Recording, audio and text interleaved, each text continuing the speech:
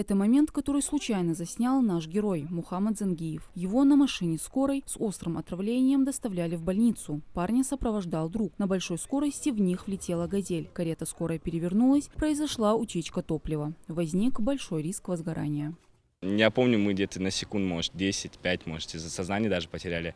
Мы оттуда, короче, вышли, еле-еле без тапочек, без ничего. Я помню, короче, штаны и футболка была вся мокрая. Это там, я понял, короче, бензин начал капать, и все воняло этим бензином. И вот мы вышли, и «Газель» вот так перевернулась, и медсестра начала паниковать. Она начала кричать, женщина уже в возрасте: «Вытащите меня, помогите мне». Я помню, вот асфальт полностью мокрый был из-за бензина.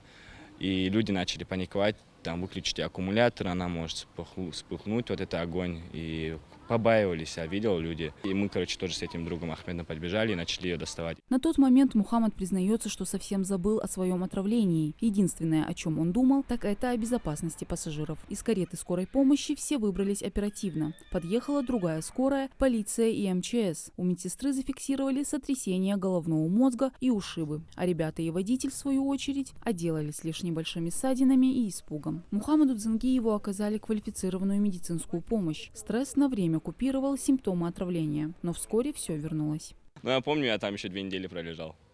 Из-за, короче, острой почечной недостаточности, из-за того, что я 3 дня все, что я пил и кушал, вырывал, и почки у меня не работали.